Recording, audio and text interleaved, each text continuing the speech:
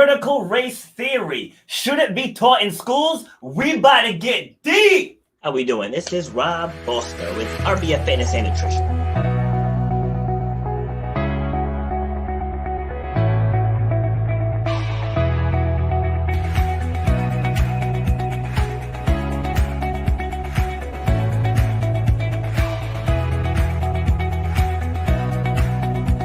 People upgrade their iPhones, they upgrade their Androids, they upgrade their laptops, but they're operating with the same brain that they operated with for the last decade.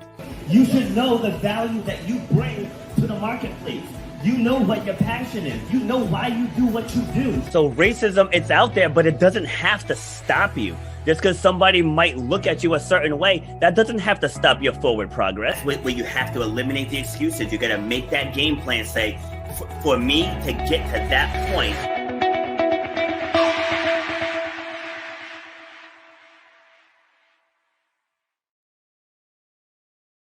Here we go, episode number 1 of the new show. We about to get deep with your host, yours truly, Robert B. Foster. So I tried to wear a shirt with sleeves, I really did, but it's going to be in the 90s today here in Rhode Island. It's already hot in this house, and we're starting late because I went to get my fan, and I went to unplug a printer, but instead I unplugged the PC.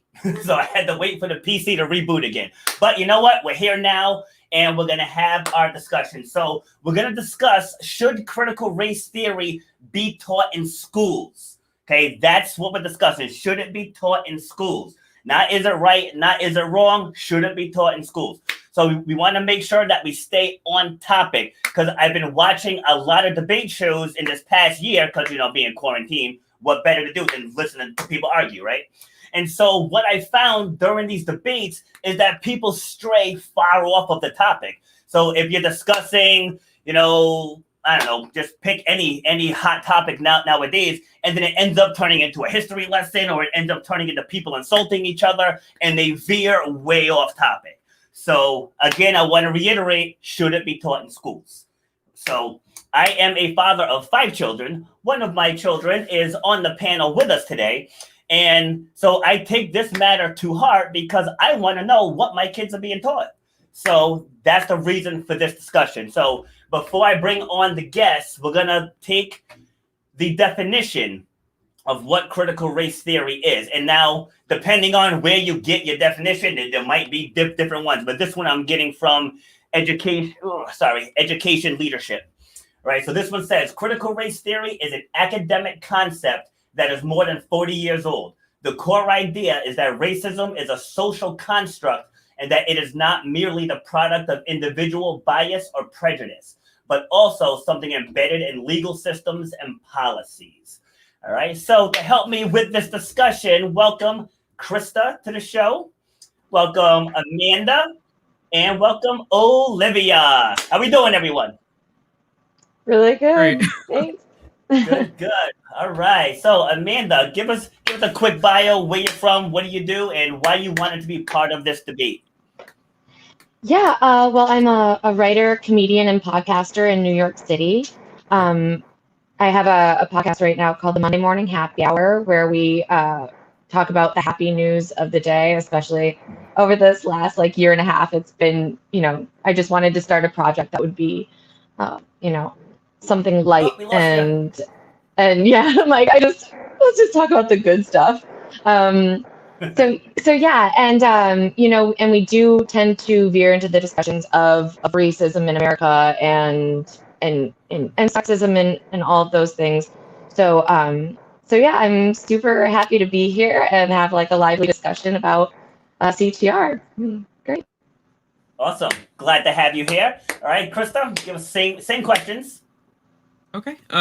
So my name is Krista. I am from Long Island. I'm a freelance illustrator. I got my degree in communications design, and I also do some volunteer work for LGBTQ organizations. I use they, them pronouns, by the way. I'm non-binary. And I just think that it's important to have discussions about important topics. So I thought that it would be interesting to do. Absolutely. So I just told my daughter about an hour ago that she was joining the panel. so that's why you're here. But other than that, tell us who you are, what you do, and why you want to be on. Okay, well, hi, I'm Olivia. I'm Rob's daughter. I'm 18, almost 19. College student at the University of Rhode Island. I'm studying kinesiology because I want to be a fitness coach as well. And yes, as my dad said, I was forced in here last minute, but I discussions about hot topics, so good to be here. Yes, it's like, and we have our own discussions constantly just about all the various topics. So she's pretty well versed in this one. All right, and for me, because this is a new show, so I am Robert Foster. I am a gym owner. I'm a motivational speaker. I am a podcast host, and I'm just an overall badass type of dude. All right, so now my thing is I've always loved to debate, but I like to debate rationally, not emotionally. And topics, regarding race or any of the major isms, any of them, like they get people very emotionally charged. And then once the emotions take over, the rationale starts to slowly decrease, right? So that's why I wanted to start a show, and we'll keep it. We'll still discuss all the hot topics. Like next week, we're discussing if Derek Chauvin got a fair trial. Then after that, we're discussing what racism means to you. Then we're discussing, does the media gaslight police brutality? And so, like, we're gonna hit all of them, but we're gonna do it rationally. All right. So we're gonna start with Olivia. So, when you hear critical race theory, what do you think it means? Give me 1 second. I gotta think. It's only a live show, take your time. We'll edit this part out. Oh, wait. I'll be honest, I'm not very prepared, but... All right, I'll come back to you. Amanda. In an hour's notice. I know. All right, Amanda, you can start us. All right, so when you hear CRT, what does it mean to you? Yeah, I think with CRT, to me, it means that, we are implementing kind of a system in which we can talk about race and how it's not just an isolated incident from individuals and how it is systemic, how all the things that are put in place in America are inherently racist, and just exploring that. And again, this show is about, should we be teaching that to children? And I don't know, should I tell my stance on it now or again? Not yet. Okay, all right, cool. I don't want to give spoiler alerts. So yeah, I guess that's just generally what it means to me as like a concept. Okay. All right, Krista? So for me, CRT is again, jumping off of what Amanda said, it's kind of like analyzing how everything in America does stem from racism and kind of deconstructing that kind of brainwashing that happens within the school system that, America can do no wrong, we're the best country, nothing's wrong here, like rose-colored glasses. And I think that if kids are young enough to experience racism, because it doesn't matter the age that they are, that they will experience that, I think they're old enough to learn about like the root of the problem. Okay. All right, Olivia? Okay, you both kind of summed up what I wanted to say. Because when my dad first told me about it, I just immediately thought just a discussion about race today. As simple as that. When I think about it, it doesn't necessarily make me happy. Because I think of a quote, I don't remember who it was, but they said that talking about race, like, it's never going to go away if we keep talking about it. So that's just what mine goes to. What my mind goes to, I mean. But I'll stop there before I get into my stance. All right, and so granted, I just read the definition, but my thing is, it's how it's discussed, because for what you all just said, you're right, but what's happening in a lot of schools, it's not going the way you all just said it. So with getting into my stance of it, my thing is school should be about education. My kids should learn about morality from me. It's like they shouldn't learn about morality from anyone else. because they're my children. And it's my job to shape who they become as they transition into adulthood. So someone else's stance may differ from mine. And it's not up to somebody else to teach my kid moral values and how to view the world. So that's my beginning stance on. Obviously, we'll get deeper as we go. Olivia went away for some reason. But all right, so Crystal, we're gonna start with you. So go into your stance and why that is your stance. So I did not grow up with CRT being taught in schools. I learned more about like the analysis of like racism and like the structural power of it in college. And I think that that's really frustrating because not everybody has the availability nor resources to go to college. So if I had never done that, I wouldn't have ever really had that introspection to learn about it. Yeah. So I think that it's just really important when you're younger to also learn these things, because when you're younger is when you're also informing your inherent biases, all of like your formative properties. Like if you learn more things about the world and how it works at a young age, you have less of a problem unlearning that in the future. So I think that the younger that it's incorporated, the younger that it's introduced, the better off we'll be. Okay. Like that. Well done. Okay, Amanda? Yeah, to kind of go off what Krista said, I grew up in like conservative white suburbia. So we didn't have like a Black History course that we could even take in high school or college. So yeah, I mean those kind of gaps of information weren't there, and I had to work really hard to educate myself on like the oppressed and the history that oppressed people have experienced, and generational racism and all of these things. So yeah, I don't want to give away my stance too early again. I just get like constantly like, let me say it. No, go ahead. Okay, so I'm pro teaching CRT in schools.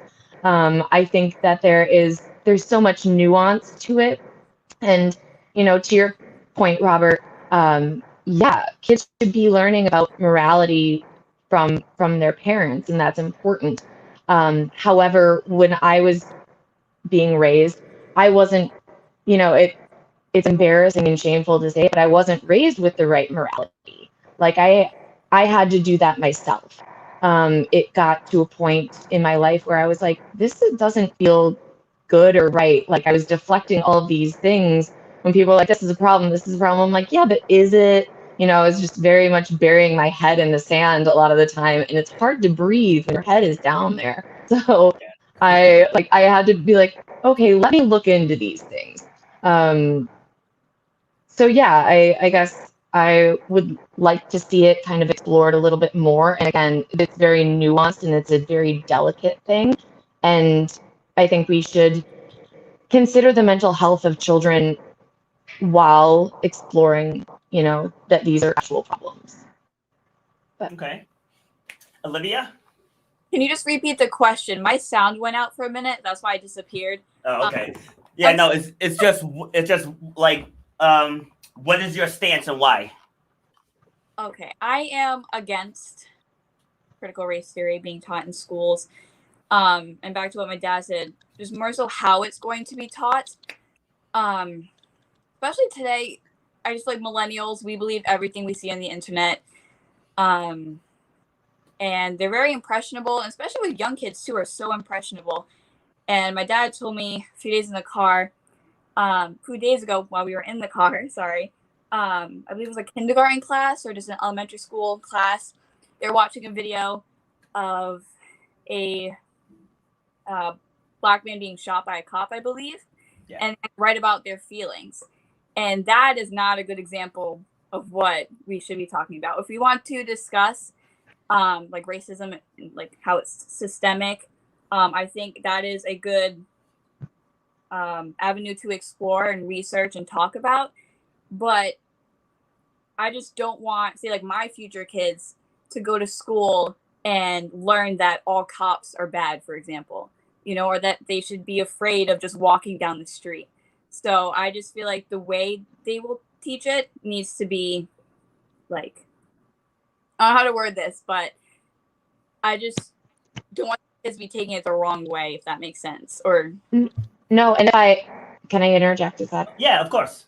okay? So I completely agree with Olivia. Like it is, and I actually said this the other day, and I'm like, do I think we should go to a 4-year-old and be like, hey, the world is out to get you, the cops are out to get you. You're gonna have to like be on defense for your whole life while also working really, really hard to get, just not normal, sorry, that's an antiquated word. It has a lot of different stuff packed into that. But just to have things that are freely given over to your white like counterparts. So I don't think we should say that to a 4-year-old. I think like, and then we're like, okay, go play, go have fun. Like I think that there's like a very delicate way that we can do that. Do I think that like 8-year-olds should be shown a video of a guy getting shot by the cops? I can't even imagine what that would do to an 8-year-old's mental health. They just go home and they're like, as soon as Olivia said it, I was like, oh no, poor baby. Yeah, so totally. Krista, do you have anything to add? I'm not aware of the way that it's taught in schools, but I like showing like a kid. I think that anything traumatic like that, I don't understand why. I think as adults we've seen so much of it, so we become so desensitized to it. So we're like, oh yeah, like a kid could totally handle it, but like no one in their rational mind should ever think that like a kid can handle stuff like that. It's the same way that like growing up, like you listen to like all like, I don't know if you all have done this too, but like when 9/11 happened, it was like around my time, and they would like play like the messages of people like calling their loved ones. And so like it's just, they don't think about, I guess, the repercussions of like there's a difference between teaching it and traumatizing. Absolutely. I was like, Bingo. and trauma, right? Like, yeah. Bingo. Yeah. All right, my turn. So you guys know the name of the show is We About to Get Deep. So I'm about to give you my take. The problem is that it's political. Okay, so one thing that 2020 allowed me to do, because they shut my gym down, so I had more time on my hands. So that was when I started my other podcast.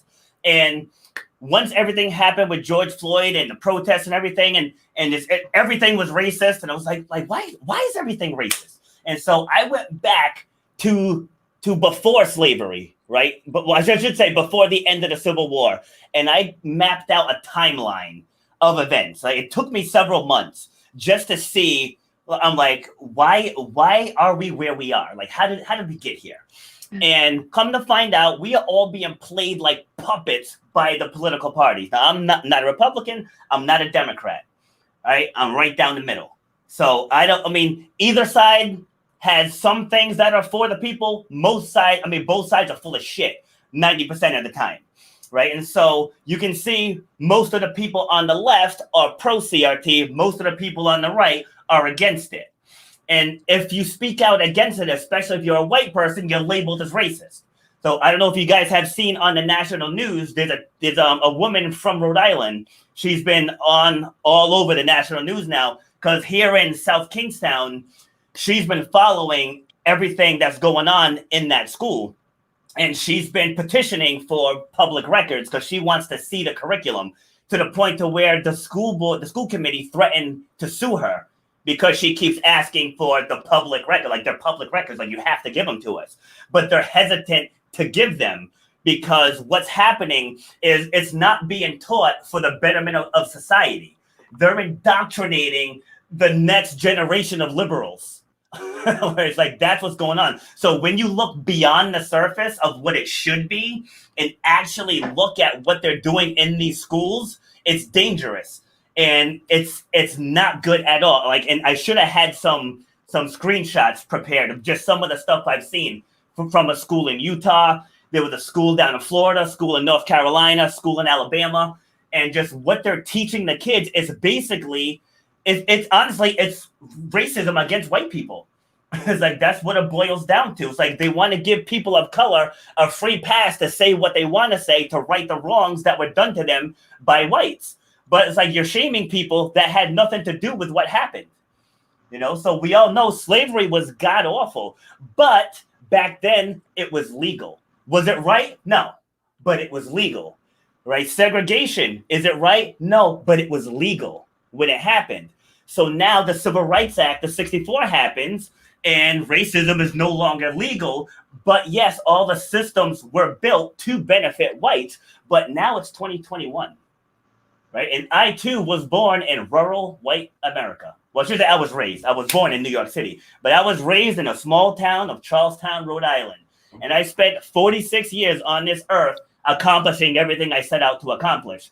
So when I see teachers telling young kids of color that they have to play so far behind and that the world is against them and the system is against you, I do not stand for that message, because as my daughter will tell you, I don't teach that to my children. Like, before you went to URI, what did I tell you? Do you remember? Basically, to just don't let anybody define who you are by your appearance. Yep. My exact words said, you are a female, mixed race child. I said, there are going to be people out there in the world that are going to tell you that men are going to try to keep you down. Other people are going to try to keep you down. I said, there's only one person on this planet that can keep you down, and that's you. Right? That's what I told her. So that's why I have such a firm stance, is when it gets to the point to where you're telling people you can't be, or if you're telling whites you should feel ashamed of what people did 100 some odd years ago that at the time was legal. Krista, thoughts? I know I just unpacked a lot. I mean, I don't think that the justification that anything was legal means that it's complicated, because I said it wasn't right. Yeah. No, I know, but it's just like, I mean, like anything you can go back and say like it was legal, but like it's I don't. Hang on, my brain. You weren't expecting to get that deep. Yeah, so it's like, yeah, but it's so again, I don't think that it's like people have done studies that, like, I don't know if you've ever heard of like the one where they do the employer one where like they have sent out like resumes to people with ethnic names, and like the people who have ethnic names don't get chosen, or like there's still like a lot of those remnants of like the legal system, like that benefits whites, that still benefits whites. You know what I mean? Like I will definitely, like, I know like stories of people who have gotten pulled over for the same things that like friends of mine who have gotten pulled over, and vastly different experiences. Yeah. So like I know that like friends who have been beaten the shit out of at protests, like, and then white friends who are fine. So there's like a definite difference in the way that people are treated, and I think that to assume that like it's all gone and not a problem anymore because it's not legal to do anymore is not necessarily accurate. Okay. Yeah, and you know, going back to what Robert said about like how us teaching CTR to children is politicized, and I don't disagree with you there, because like I mean, you're very rare in that like you go straight down the middle, you're not left, you're not right. That it like in most people, especially after, you know, the election of 2016, it's very polarized. It's you're either a racist fascist or you're not. You know, you're either an ally or you're a giant piece of shit. Sorry. And so I think that it's, and I'm like, sorry, Olivia, and all the listeners. I know, and I was like, and all the children listeners. All the children should be in school. I know. What are you doing? Go to school. She's out. Yeah. Okay. All right. Go ahead. So yeah, I think that that like, you know, we do naturally politicize these things. I actually took a course in college that at the time I was like, this is straight up liberal propaganda. Like, I don't know how this is a course. And you know, I can kind of see now why they would want to teach it, why they're like, okay, these white kids have probably been raised with some like weird conservative stuff, and let's try to get them to explore other things. So that was kind of almost my first introduction to even like a thought about racism and systemic issues that oppress people. So yeah, I think that if there's a way to do it where we're not politicizing it, where we're teaching like objective history and celebrating, like the resistance, yes, I think that it is an issue where they're like, okay, white people are bad, cops are bad, like keep your eyes open. Probably don't go to sleep. It's learn some Krav Maga or something. So yeah, I agree that it's easy to politicize these things, especially to children who are like just, oh, okay, whatever you say. I have no form or opinions of it. So yeah, I think that if there is a way to do it without politicizing it, then I think we should still try to explore it. Okay. Libya? Here, but like the whole part about how it's going to be taught. Oh my god, I'm so sorry. Make me look good, sister. Come on. College. Okay, Olivia, I'm sorry. It's like when I think back to when I was younger, or like my younger sister, because she's a huge social butterfly, is that when we're kids, like we don't really care what you look like. I wasn't the most social person, but if I saw somebody and they were nice, I didn't care if they were Asian, black, white. I did not care at all. And it's just like the kids today, and just saying how, like, with the jobs, how with ethnic names, like, probably won't get the job. And that part sucks. It does. And I feel like that is something to talk about. But I just hope it doesn't make minorities like afraid to apply to jobs. Like appearance does matter. If you're showing up with raggedy clothes, you got the grills in your teeth, I guarantee you're probably not going to get the position. But I wouldn't hire that person. Yeah. I'll come right out and say it. I wouldn't. You're damn right. But go ahead. Like, yes, it's important to recognize there are issues in this country that racism will probably never go away because there are just some really bad people out there. But we also need to focus on like how there's still opportunities out there. Like my dad, he is a Black American, but here he is, having a successful podcast and on his way to be more successful, and here I am, my siblings, we all have dreams, but we're not, like if critical race theory becomes a thing, like I know we won't let that stop, but a lot of the kids today, because everything on social media is automatically the truth, it's just, I feel like it is a trap, and that they might end up brainwashing the kids, into thinking that all white people are bad, and if you're a white, that everything's going to be handed to you, and if you're a Black American, that you have to work 10 times harder. But even if you do, like you can still make it there, you can still reach for that goal.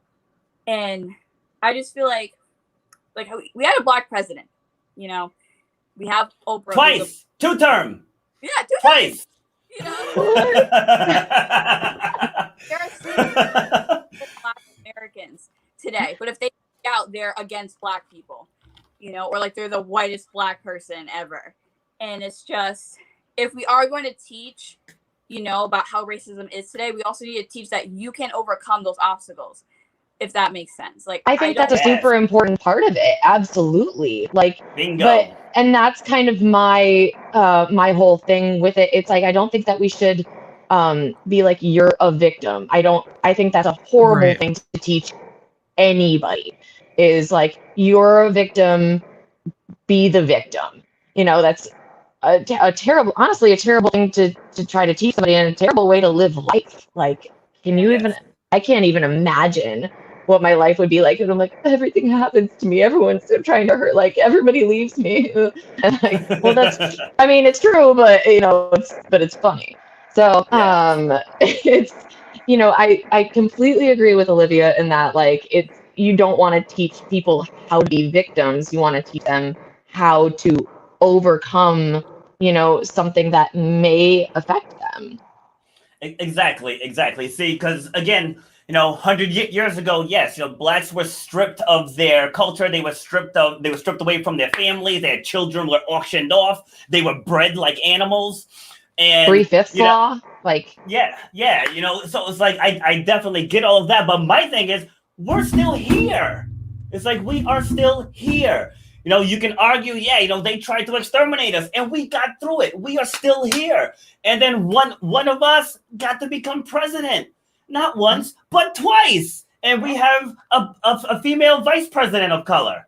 You know what I mean? So in the last 12 years, it's happened 3 times. And so, but yet that same president and the first lady are on a tour talking about how oppressed the blacks are, as they just bought a $12 million mansion on Martha's Vineyard, which has a black population of 5%. But they're going around talking about how whites are afraid of them. It's like, why are we sending that message? That's leftist indoctrination. That's exactly what that is. And then again, if anyone white says anything against it, they get labeled as racist, so they just be quiet because they don't want that label, And my thing is, all sides can speak on it, because contrary to popular belief, when I open up a box of crayons, white is in there. White is a color, right? So it seems weird. It seems like, what would you even use that for? But I'm like, we'll write a letter to Crayola about this because it seems like a waste of wax. But my thing is, it's like people always say, oh, well, you want someone that looks like you. And see, let's take Amanda. I have 2 eyebrows. You have 2 eyebrows. I have 2 eyes. You have 2 eyes. I have a nose. You have a nose. I have 2 ears. You have 2 ears. You have a mouth. I have teeth. You have teeth. So well, these are wood. So we're gonna let a little thin layer divide us. It's like that's my problem with this whole thing. It's like we're teaching the young kids basically to hate our country, because they're letting kids not stand for the national anthem now. They're in some schools, they're not letting the kids call each other boys and girls. And I'm talking like young, like kindergarten, 1st grade, 2nd grade. So it's like later on in life, like I could care less if people want to change their genders, or if they feel there's something else. That's actually on a debate list too. But to indoctrinate it at a young age, like Olivia was saying earlier, kids are impressionable. And contrary to what Krista says, it is hard to unlearn things, because as an accountability coach, I spend time helping people unlearn stuff that's keeping them down. And I'm talking adults, and I'm helping them unpackage stuff from grade school, high school, college, So when you're getting too much, and I don't want to say the wrong stuff because this is an opinion, but if you're showing, again, kindergartners, 1st graders showing a black kid getting shot by the cops, like, at that young age, that's going to get embedded into their minds. Like, that's going to be their truth. Like, oh my God, if so-and-so gets pulled over, they're going to get shot. And there's 60 million, I know this is a separate topic, but there's 60 million police interactions per year. 60 million. And unarmed blacks in 2019, anyway, there was 15 who got shot. Now, yeah, you can still say that's 15 too many, but grand scheme of things, that's like 0.000000038%. And the media is displaying it like it happens on every corner in every major city. And that's not the case. But showing these young kids that, they're going to grow up thinking that's the case. So for me growing up, I was taught about slavery. I was taught about Reconstruction. I was taught the slave code. I was taught how the police were instructed to arrest the blacks at any cost, because in lieu of going to jail, they put them back on the plantation. Like, I was taught all that. I was taught Jim Crow. My dad told me about segregation. He was born in 1940. He told me about the colored restroom and the whites restroom and the colored bubbler and water fountain. Up here in New England, we call them bubblers. And the white one. Like he told me about all of that stuff. But now it's 2021. It's like, why aren't we teaching all of that stuff happened, but you can still crush life. That's the part that I feel is missing. Amanda, what do you got? So I guess, do you think that if we still taught CTR, but we taught it in maybe like through a different lens, if we still taught it in a way that's like, yes, these things are things. This is how society just does its thing naturally, but these are the ways that you can, and kind of focus it on the, this is how to, be successful. This is how to achieve your goals, how to live your truest dream. Like, if we focused it through that kind of perspective, would that be something that you would, you'd be like, okay, maybe let's teach CTR? Yeah, absolutely. If there was a positive end goal in mind, but just even listening to the president. So this was just before the election. He gave a town hall, and a young black kid asked him, why should the black community trust you with our vote? And he went on this 10-minute babbling rant. But in that rant, classic. But in that rant, he says, even though you're going to have to play 8 steps behind. And I was like, and that's where you lost me. You know what I mean? It's like, why are you, this is a middle school kid. Why are you telling him he's playing 8 steps behind? Like, Amanda, as a female, if you're applying for a job and as you're in the waiting room, you see a man come in, do you automatically defeat yourself? No, you're gonna be like, dude, it's on. And I was the same way. Growing up in a predominant white area, I walk into a room 9 times out of 10, I'm the only person of color. I'm like, all these people are playing for second place. I was like, because I'm in here to win. I can care less what you guys look like. They're gonna know I'm the best qualified, right? So like, if we take those young kids and we teach that, said, yes, this is how the country was started, but now today you can have anything you want to have. I would absolutely put my stamp on that curriculum.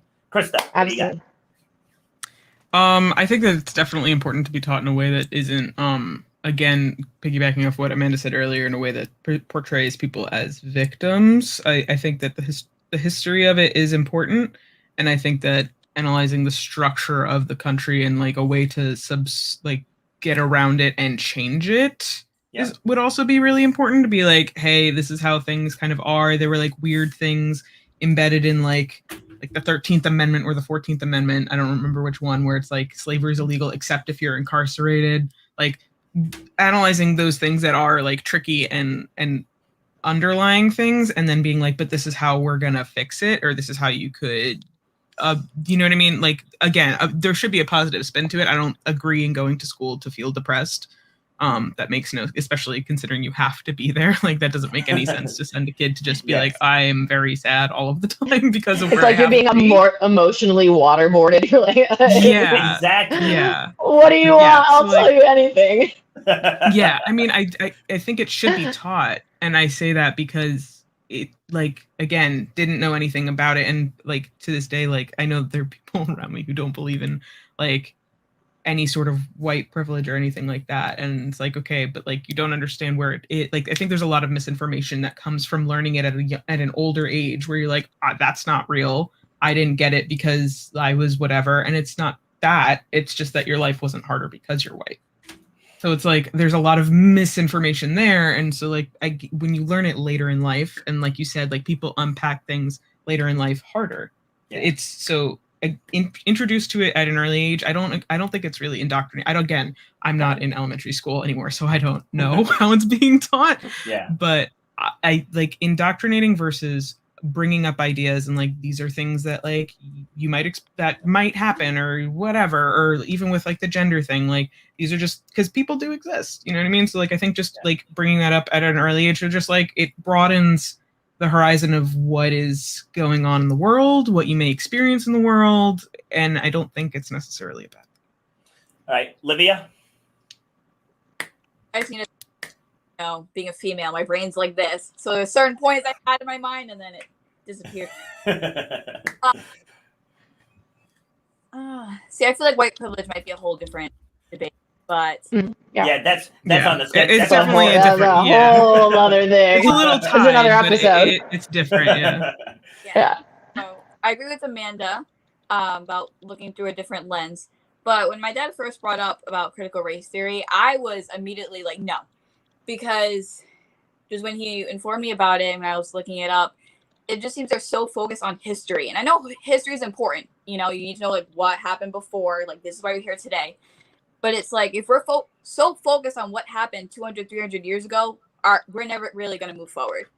If that, you know, and like for me, like for example, it's a completely different topic, but like for track. If I sit here and completely just focus on my high school years and how I didn't do well, and like, I'm not going to get better. You know, I need to go out on the track. I need to hit the weight room. You know, I need to eat better. So it's just say for Black Americans, tell them, hey, this is where you came from. Your ancestors have gone through X, Y, Z. You know, here you are today, and here's what you can do in the future. You know, and same thing also for white Americans. It's like, I don't want them to always feel guilty. Because if you also start saying, yeah, Black Americans were oppressed, but then white Americans might start feeling, oh, we're the bad guys. You know, like these people are always gonna be scared of us.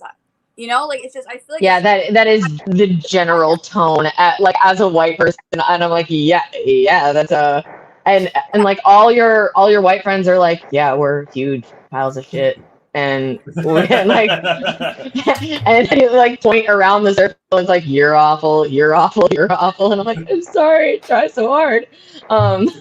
Wait, So, let me jump in. So at the height of like the protesting and the rioting last year, one of my friends, she's from Tennessee, she sent me this long text because like she knew my stance. Like I had done like a 45-minute video on my take on the whole George Floyd thing and the aftermath and all that, and I'm never on the right side of the discussion, so I always get a lot of feedback because I look at things rationally. I don't look at things emotionally. So she had messaged me. And she says, you know, she's like, I feel like I can tell you this and you'll understand. She's like, as a white person, she's like, I feel like I have to fight every day to prove that I'm not racist. She's like, I've never had an issue with anyone of color, any race, any religion. She's like, I love all people. But if I say I love all people, they tell me I'm the problem. she's like, I don't understand. She's like, just because I haven't had any negative interactions with people of color, why does that make me a bad person? And again, so my take on white privilege is that there are far more poor white people than there are rich white people, far more, and it's not even close. And so to look at a Black person and just assume something about them because they're Black, that is called racism. Profiling? That's racist. Yeah, I was like profiling, stereotyping. Right. I was like, what's the word that we're looking for? Yeah, that's called racist. So why is it we can look at a white person and say, oh, you never had the struggle because of the color of your skin? How do you know? How do you know that? One's saying one more point.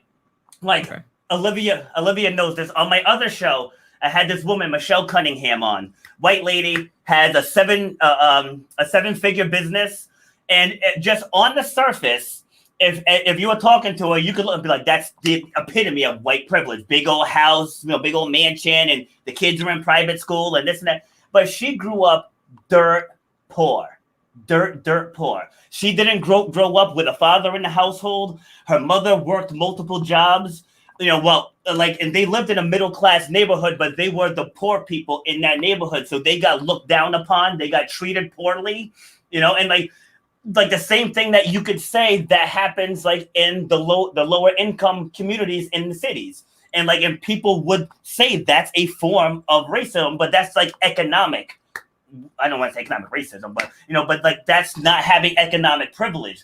But she used that as fuel to get her to where she is now. Even when she decided to become an entrepreneur, her mom was against it because that's not how you do it. You have to be blue collar. You got to work, 16-hour days, and that's how you're going to put food on the table. But she's like, no, she's like, I don't want that for my family. And she went to work, and now she has like thousands of people in her organization. And like I said, she built an amazing life for herself.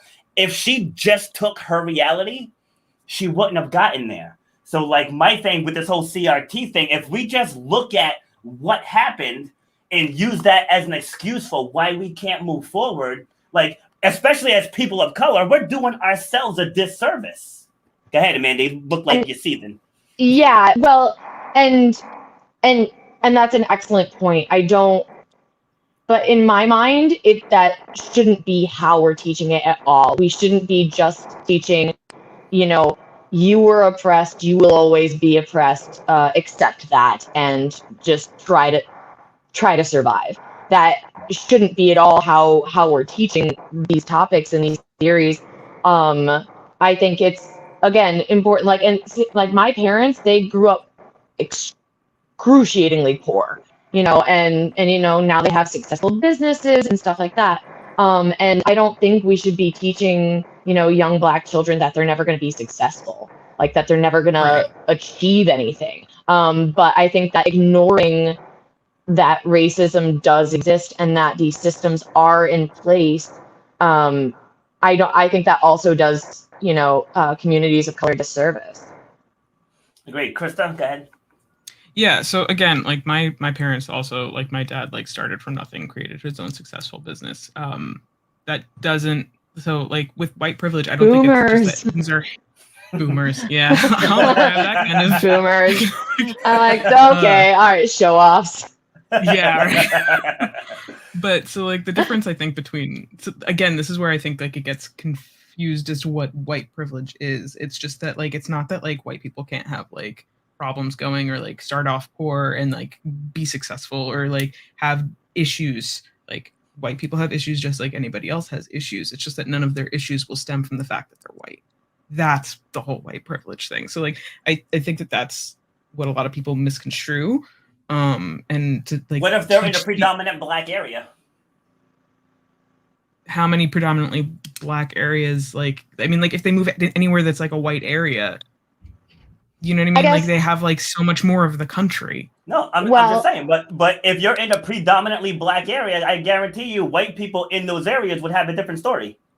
Because I've heard it. Yeah, I'm not saying that that's not also a reality for some people, but like if you look at the legal system, if you look at all of the systems in place, that a lot of things haven't changed since that they were created. Like what? A lot of things. Give me 2 seconds. Hold on 1 second, right? And I'm not trying to shame you, but that's exactly my point. Because people scream the system, and anytime I press them on it, no one's ready. Like quick, like this, and this. It's like if it's so rooted into the system, we shouldn't have to think about it.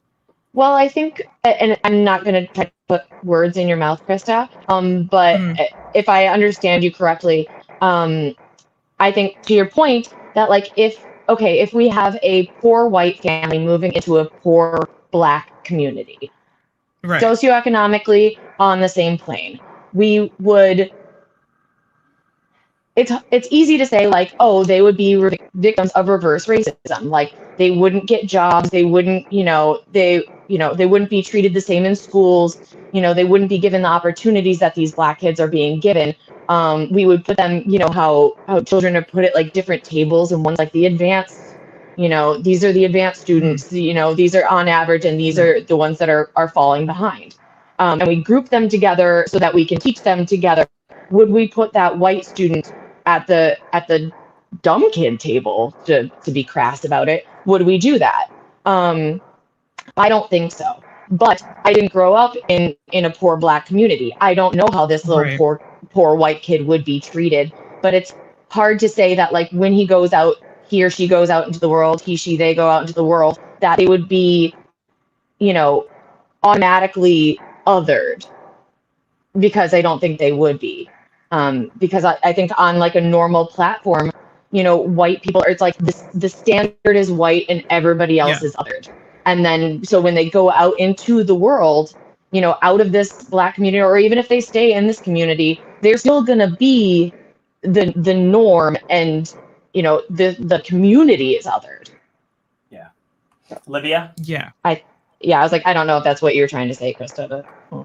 Yeah, I gave him my best shot. Thank you. Olivia? Now I know why you call it We Get Deep, because it's like hurting my brain.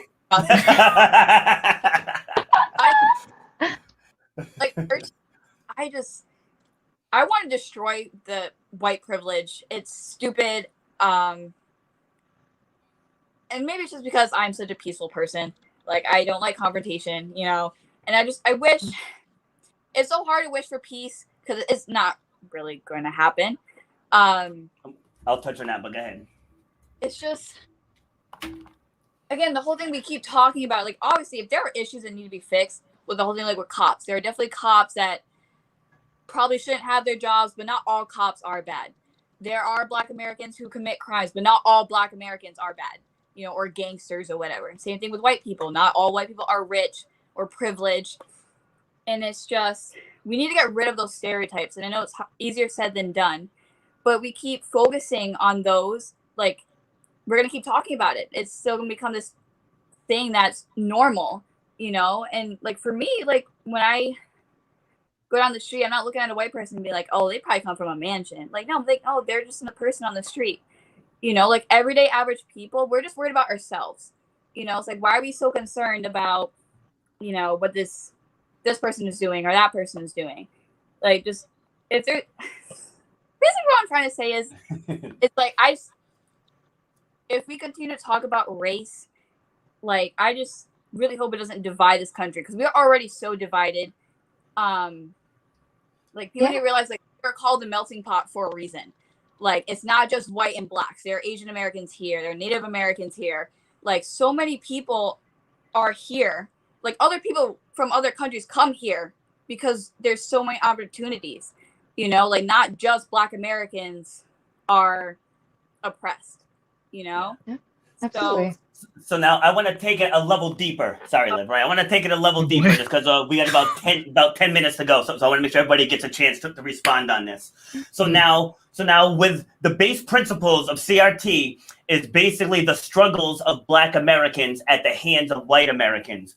But what we don't discuss is the struggles of Black Americans by Black Americans. Right? That doesn't get discussed, mainly because there's no money to be made in that. And I've said this on many a debate panel, like I've been on other people's debate panels, that if a white person shoots a white person, it just says man shot, woman shot. Right? If an Indian person kills an Asian person, it just says person killed. That's it. It's only when it's a white person harming a Black person does it make national news. Only time, and it's even better, it's a white cop. Yep. Right? It's the only time. If you don't believe me, start paying attention to the headlines, because that's how it's reported. And why? Because it's an emotional thing and it makes money. Racism is a cost center. Unfortunately, it's a fact, right? Racism is a cost center. And so earlier I had mentioned about it being political, right? So now I told you guys I'm down the middle. Republicans can win with minimal Black vote. Democrats need a strong Black vote to win. 2016 showed that, because 2 million less Blacks voted in 2016 than in 2012. 2 million. And that's how Trump was able to win. And so now if you look at last year's Democratic National Convention, and now I watched them both. I watched the RNC also, because I told you I pay attention to both sides. And their entire message was white supremacy and racism. That was their whole DNC. Everyone they brought in talked about how white supremacy is destroying this country, how systemic racism is destroying this country, and how CRT needs to be in all institutions so we can combat systemic racism. Democrats won the presidency. Democrats won the House. Democrats won the Senate. So why are they not going through all these systemically wrong laws and fixing them? I'll wait. Sorry. So, do you want to call on us, or do you want to go over, Krista? Sure. Okay. I mean, sure. You want to? We can piggyback. Somebody go, damn it. Okay. So I think the thing with Democrats, with all people in political power, save for maybe a few, maybe for like AOC and Bernie Sanders, a lot of them, like, they're just old people who are still like slaves to the money, slaves to the corporations, want to keep things in the status quo for a good amount of yeah. So like that's so they say that they do all these things, but then they don't, because Democrats are just, even Democrats in our own society, where they're like, oh, well, we're progressive. If you look at it on a global scale, they're not really progressive. They're centrists, maybe. they're like right-leaning centrists. And then if you look at our far right party, which is then the Republicans, so like they want to maintain the status quo because they still know how it works. They know like the like ethicalism, what it looks like to other people. They know enough to not be racist outwardly on stage because they're not stupid. And that's not what they're trying to rally behind to get people to go. With the media, I think it's very interesting that you say that, and it's true, like there is a lot being said that like if like a white cop like shoots a black person, but if you look at the way that things are portrayed, like if you look at mass shooters, if you look at anyone who's white, they get a nice little like graduation photo. And if anything happens with a black person, it's a mugshot. It's something like, even if they're the victim, it's something to put them in a bad light. So I think that it goes both sides. Yeah. And like, it's just whatever is going to get the amount of views. Like it's all become an amount of views. And I don't think that it's just, all white people are bad, because obviously the people, like think about the Nashville like bomber guy. How much airing did that get? Couple days, and then as soon as they found it was like, it was just, well, that didn't really, it's not a big deal because he was white. Yeah. So there's definite like power structure within the media, and they want people to look and be polarized and have like emotional feelings, because then you're going to watch more TV. Yes. Makes more sense. But I think that it affects both sides. I agree. It's a great take. Go ahead, Amanda. Yeah. So and I agree with Krista on those points. Yeah, like the media has a huge influence on how we vote, how we, who we put into positions of power. And it's something that definitely needs to be looked into with like, you get into like censoring and stuff like that, and it's just like becomes this nightmare scenario. But with Robert saying like, why don't we fix these things? There's a list of things like getting rid of the filibuster, getting rid of gerrymandering, all of these things. But we have built this political system in which like we only have the Senate by majority by 2 senators. Is it? Yeah, a couple. Like it's such a small margin, and that like everything just gets locked in there. So even when you have progressives like AOC and Bernie and Elizabeth Warren. Yeah. Oh my God. Hell yeah, Elizabeth Warren. Like, so, when you have these people who like, and I don't know them personally, like maybe they're just puppets for our overlord or whatever, like could be that, but like people who seem to really want change and really want best for America, for Americans, whatever color, whatever gender, whatever political stance they really want. Like if you're a white poor person who's a racist, and all these things, they still want you to have health care, so those people do exist in our system, but it's locked. Like the system that we have in place makes it so hard to change these things. And I think that's why, Biden came in with like, I'm totally cool reaching across the aisle. Like I need to reach across the aisle. We need to reach across the aisle. Always like talking about like how we're going to bring the two political parties together. In reality, it's not a reality. Like it's not going to happen. Yeah, I was going to say, they all say it. They all say it. It's great. It sounds great. It's a great talking point. I get it. Like, cool. Like when I'm watching the news, I'm like, oh, sure. For sure. Yeah. But yeah, I think that would be my answer to why it's not like that. Okay. Good take. Olivia? No, you could have just skipped over me, because when it comes to politics, I'm not very well educated because I don't like politics, to be fair.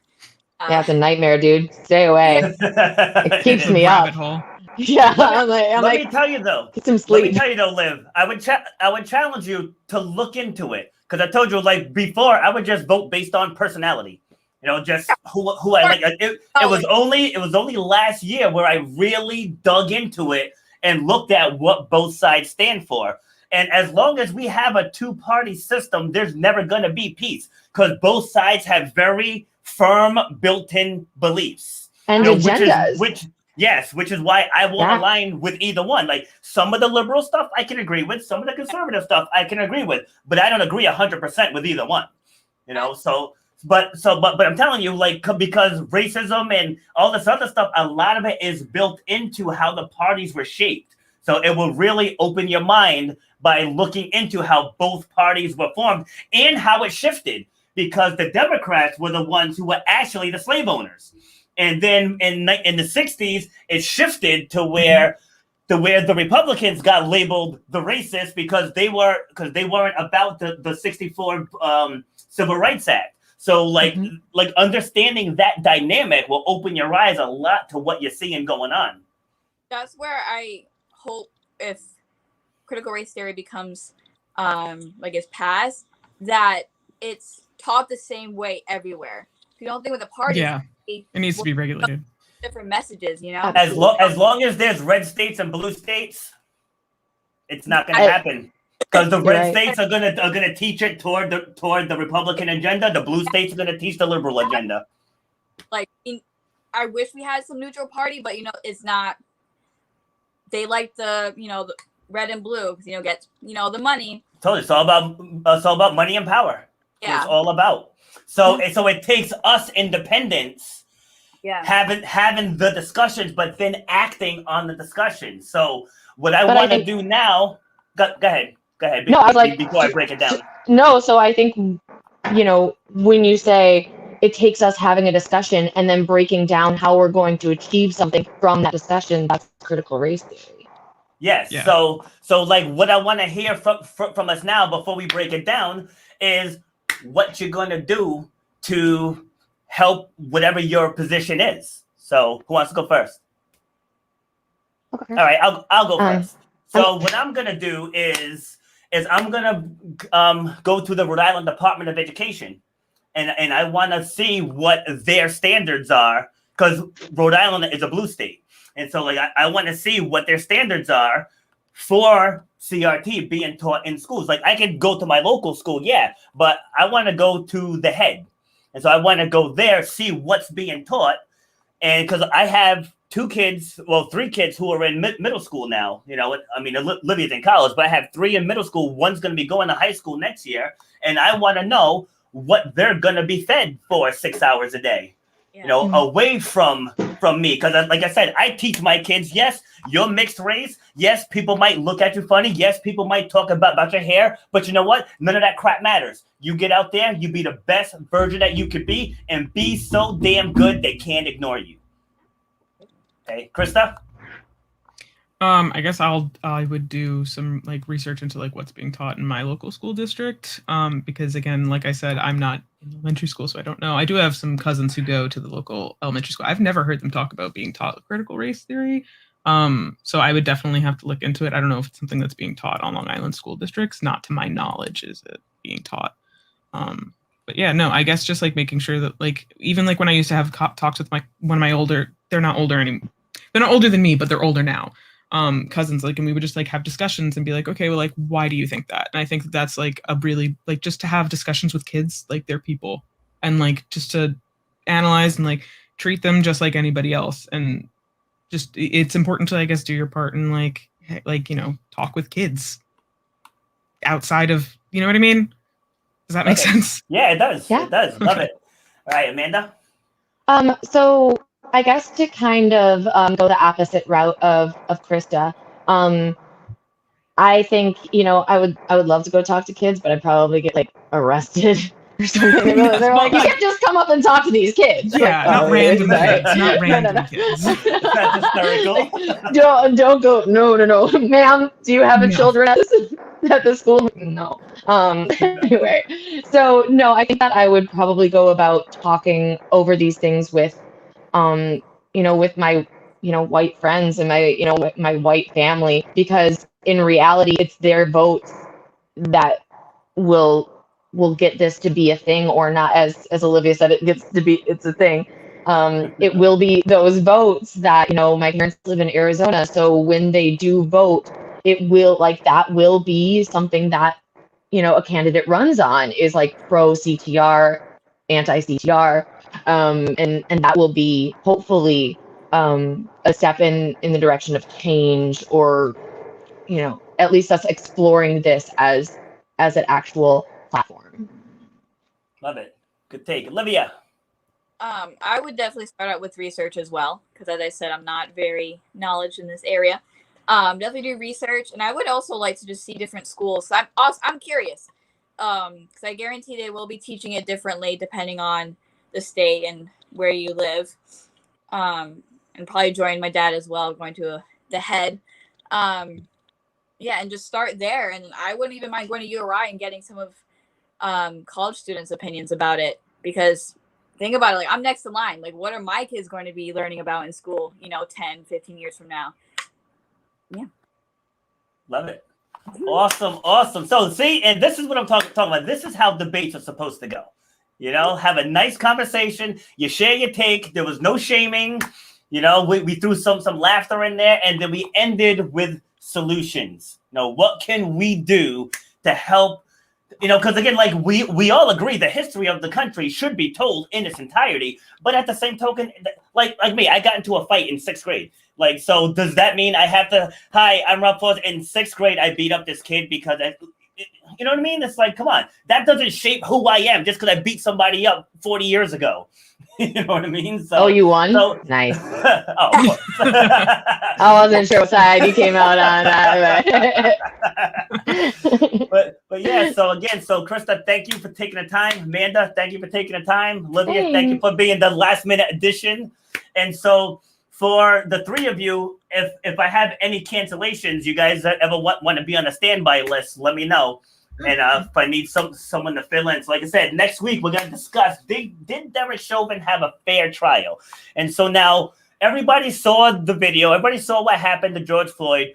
But, you had the president making comments. You had, who's that woman? Maxine Waters was making comments. The vice president was making comments. The jury wasn't sequestered. The thing, what do you call it? The court case was televised. You know what I mean? So it's like, just was the trial fair? So next week, we're going to get deep about that one. So again, everybody have a great day. You guys don't sign out yet though, okay? Okay. All right, so everybody have a great day, and let's break this down. All right, so that was a great discussion for episode number 1. And again, we weren't saying that critical race theory isn't a thing. It was, should it be taught in school? And so I think we all pretty much agreed that, yes, we definitely think it should be taught in school, but how? How was really the debate? Because if you look into your local school system, like, don't just take a side without knowing what your local school system is teaching the kids. Because if you don't know, then you can't take a side. So I started getting on board once I started taking a look at what's actually being taught. And some of it is very eye-opening. So if we want to leave you with an action step, if you watch this all the way through, and if you have an opinion, start with your local school and get involved. See what they're teaching the kids, and then you'll be able to make an informed decision if action should be taken to change up that curriculum. All right, so that's all I got for you guys. Thank you for tuning in, and have a great day.